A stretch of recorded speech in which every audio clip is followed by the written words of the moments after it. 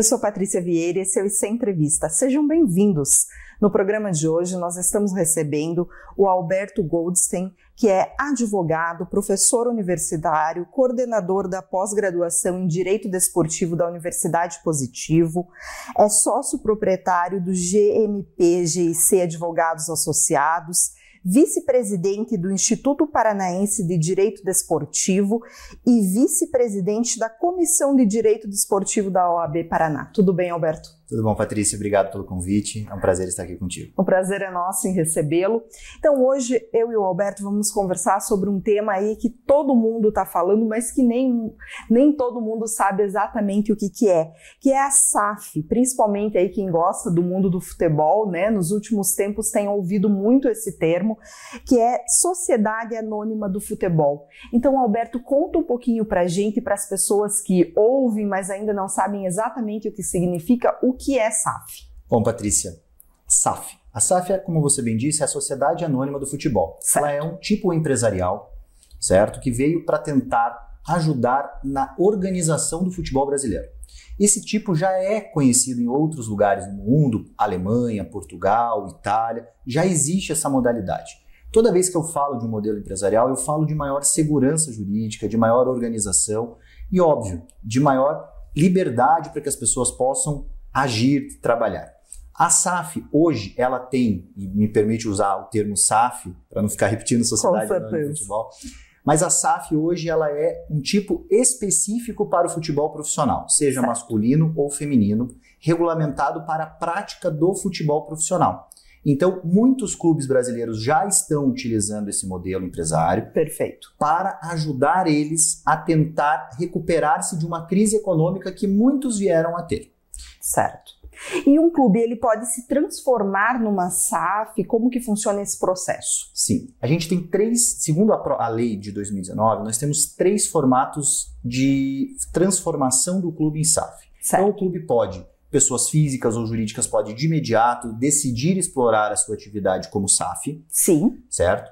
Fazer uma cisão do seu departamento de futebol. O que isso significa? Eu tenho um departamento de futebol dentro de um clube associativo, divido ele e tudo aquilo que for do futebol, sejam direitos, sejam patrimônios, se transformam numa sociedade e aí eu peço o registro disso junto à junta comercial e transformo esse departamento de futebol em uma SAF, transformo ela num direito societário, ou eu transformo o clube inteiro em SAF e faço com que isso aconteça de uma maneira em que precisa de alguns requisitos, como por exemplo a aprovação de uma assembleia de sócios da associação que o clube faz parte. Perfeito.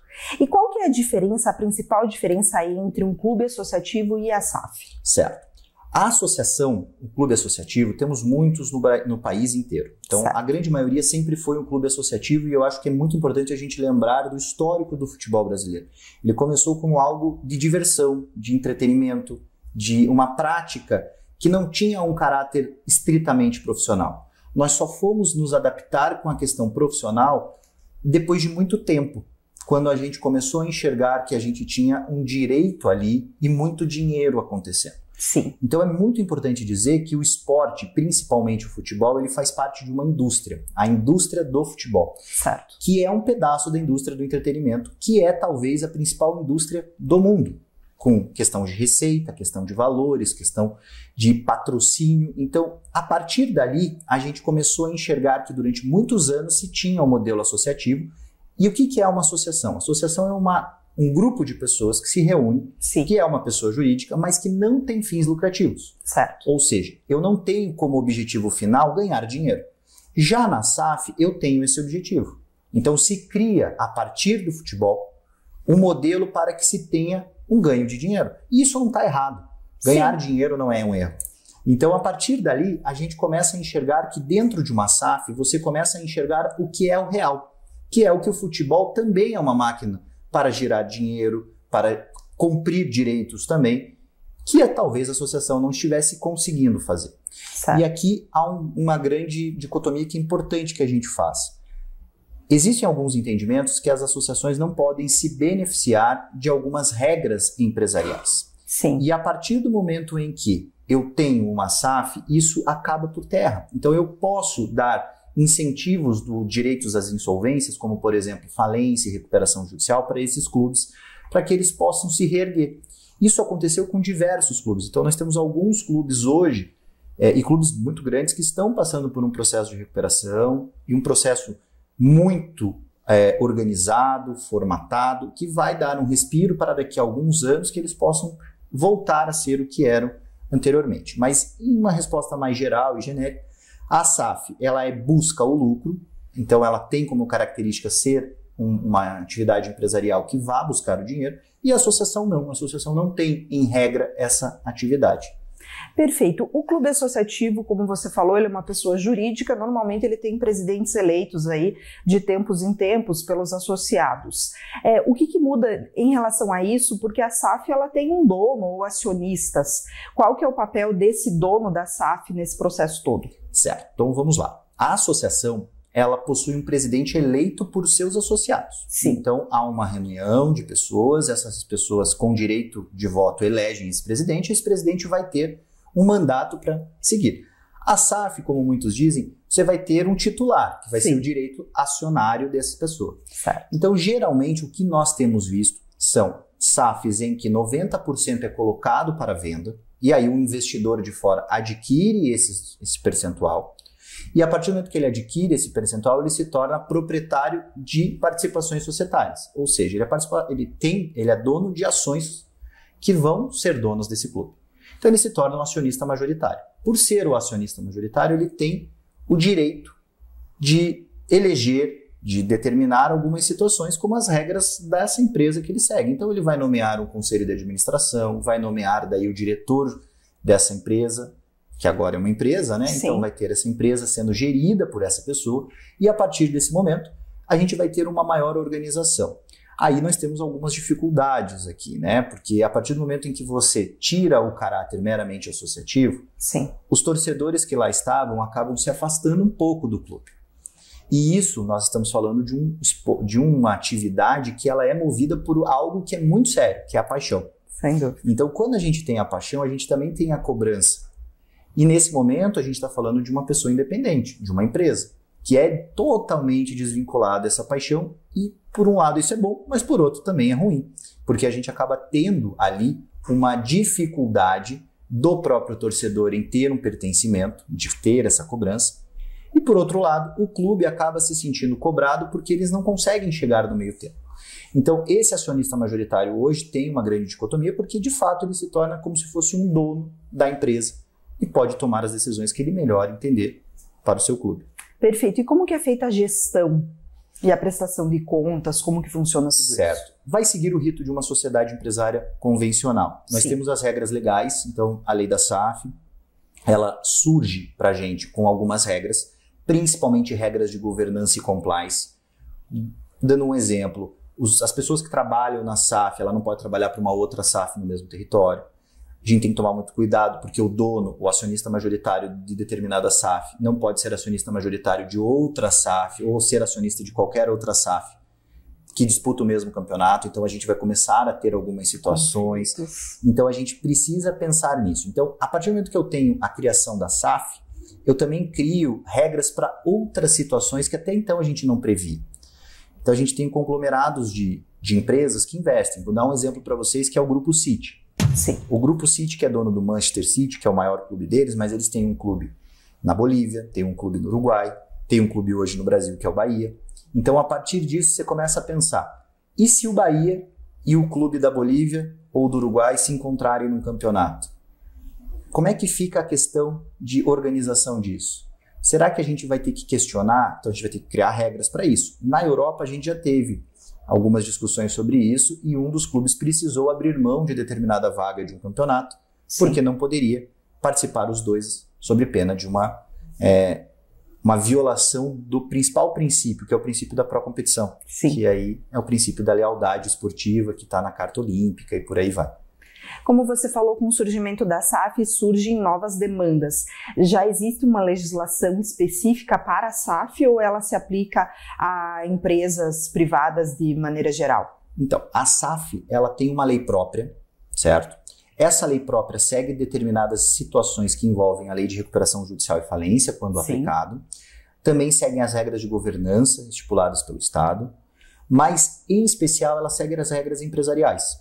Ela tem regras específicas, como essa que eu te disse, que você não pode ter pessoas proprietárias de 2 clubes da mesma liga ao mesmo tempo, regras de prestação de contas, regras de repasse financeiro entre a SAF e a associação, obrigatórios, para que possa se quitar dívidas.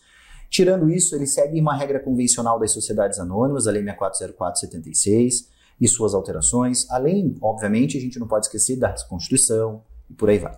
Mas óbvio, Patrícia, que a gente segue uma linha de que temos um direito novo. E Sim. Toda vez que nós temos um direito novo, abre-se um leque de possibilidades.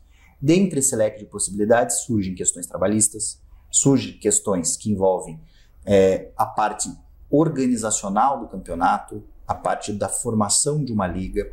Então, acredito que vocês já devem estar ouvindo, principalmente nos jornais, que existe uma dicotomia sobre ligas, organização, porque hoje a gente tem no Brasil muito arraigado a questão do CBF, federações. Então, existe um movimento dos clubes para a formação dessas ligas e por aí vai. Então, nisso, Patrícia, o que eu enxergo? Enxergo bastante que a SAF, hoje, ela é um grande pontapé para a reorganização societária. Sim. Tá, dos clubes, para uma reestruturação do esporte de maneira geral no Brasil. E, a partir disso, há um olhar do legislador, da sociedade de maneira geral, para a importância do futebol para o desenvolvimento da sociedade brasileira. E é nisso que a gente tem que se apegar quando a gente fala de outros ramos do direito sendo aplicados ao esporte, como Sim. trabalhista, ambiental, empresarial, tributário, criminal, dentre outras situações que vão, com toda certeza, envolver-se no processo de SAF. Perfeito. E é uma tendência mundial, como você comentou no início. Todos os clubes brasileiros de Série A, por exemplo, devem se tornar SAF? Eu acredito que não, Patrícia. Eu acredito que a SAF ela é um movimento muito importante, Sim. mas não é para todos. Existem clubes que não precisam ser SAF. Existem clubes que estão muito bem com a forma enraigada de associação. Um exemplo que eu lhe dou é o Flamengo. Sim. O próprio Flamengo é um clube que está muito, muito tranquilo na sua posição como associação. Existem clubes que não querem também ter uma venda rápida dos seus ativos por um valor irrisório. Talvez queiram se reestruturar primeiro e talvez tenham condições de se reestruturar primeiro. Por isso eu digo que a SAF não é para todos, mas todos podem ser SAF. Certo. E a partir do momento em que todos podem ser SAF, existe um leque de possibilidades. E eu te digo, existem clubes de Série D, de Série C, de Série B, que são SAF hoje. Sim. Um exemplo que daí aqui é do nosso estado do Paraná, que é o Paranavaí. O Paranavaí agora vai jogar a Série B do Campeonato Paranaense e tem um dos investidores que, salvo engano, é o Gustavo Lima, que é o acionista majoritário deles. Então, nesse cenário, a SAF veio como um grande ativo econômico para o país, mas também como um formato de proteção para as empresas e para os esportes de maneira geral, para a gente ter um desenvolvimento cada vez mais rápido do esporte no Brasil. E isso, Patrícia, é uma coisa que a gente enxerga nas competições internacionais em que clubes brasileiros disputam. Certo. Nos últimos anos para cá, o Brasil se tornou destaque por seus clubes em disputas continentais. Então, Sim. Libertadores, Sul-Americana, são campeonatos internacionais que o Brasil tem ganhado um certo destaque, com competições, com seus clubes sempre chegando nas finais. Então, nos últimos 3, 4 anos, os brasileiros sempre estiveram nas finais dos campeonatos continentais. E isso é uma coisa que é um movimento de organização que culmina também na SAF. Perfeito. Alberto, aqui nosso tempo é curto, esse é um assunto que renderia muito, afinal, futebol aí é uma paixão de quase todo brasileiro. Então, para quem quer saber um pouquinho mais, a gente tem um grande público-alvo também formado por empresários que, de repente, têm um interesse em investir em clubes. De que forma que as pessoas conseguem ficar sabendo mais sobre esse assunto? Certo. Então, o assunto é muito recente, mas tem muita doutrina para que a gente possa ouvir, tem muitas matérias jornalísticas. Sim. Então, assim, hoje a gente tem um portal de notícias que é exclusivo de futebol, de esportes, que é o Lei em Campo, que é um portal muito bacana. Existem livros sobre esse tema, existem muitas faculdades, muitas instituições. Existem instituições desportivas, como o Instituto Brasileiro de Direito Esportivo, a Academia Nacional de Direito Desportivo, e existem algumas decisões judiciais recentes que podem ser um embasamento. Certo. Mas eu diria que assim, o mais importante, Patrícia, é ler a lei. A partir do momento que você lê a lei, você vai ter ali um entendimento muito rápido, porque é uma lei muito concisa, muito tranquila e muito abrangente sobre o foco. Tá bom? Perfeito. Muito obrigada pela entrevista e pelos esclarecimentos. Patrícia, eu que agradeço, fico sempre à disposição. Obrigada. Obrigada a você. Se gostou da entrevista curta, se quer assistir outras entrevistas como essa, siga nosso canal. E se quer nos ajudar a fazer isso, deixa aqui embaixo nos comentários sugestões de temas para as próximas entrevistas. Obrigada. Até a próxima. Tchau, tchau.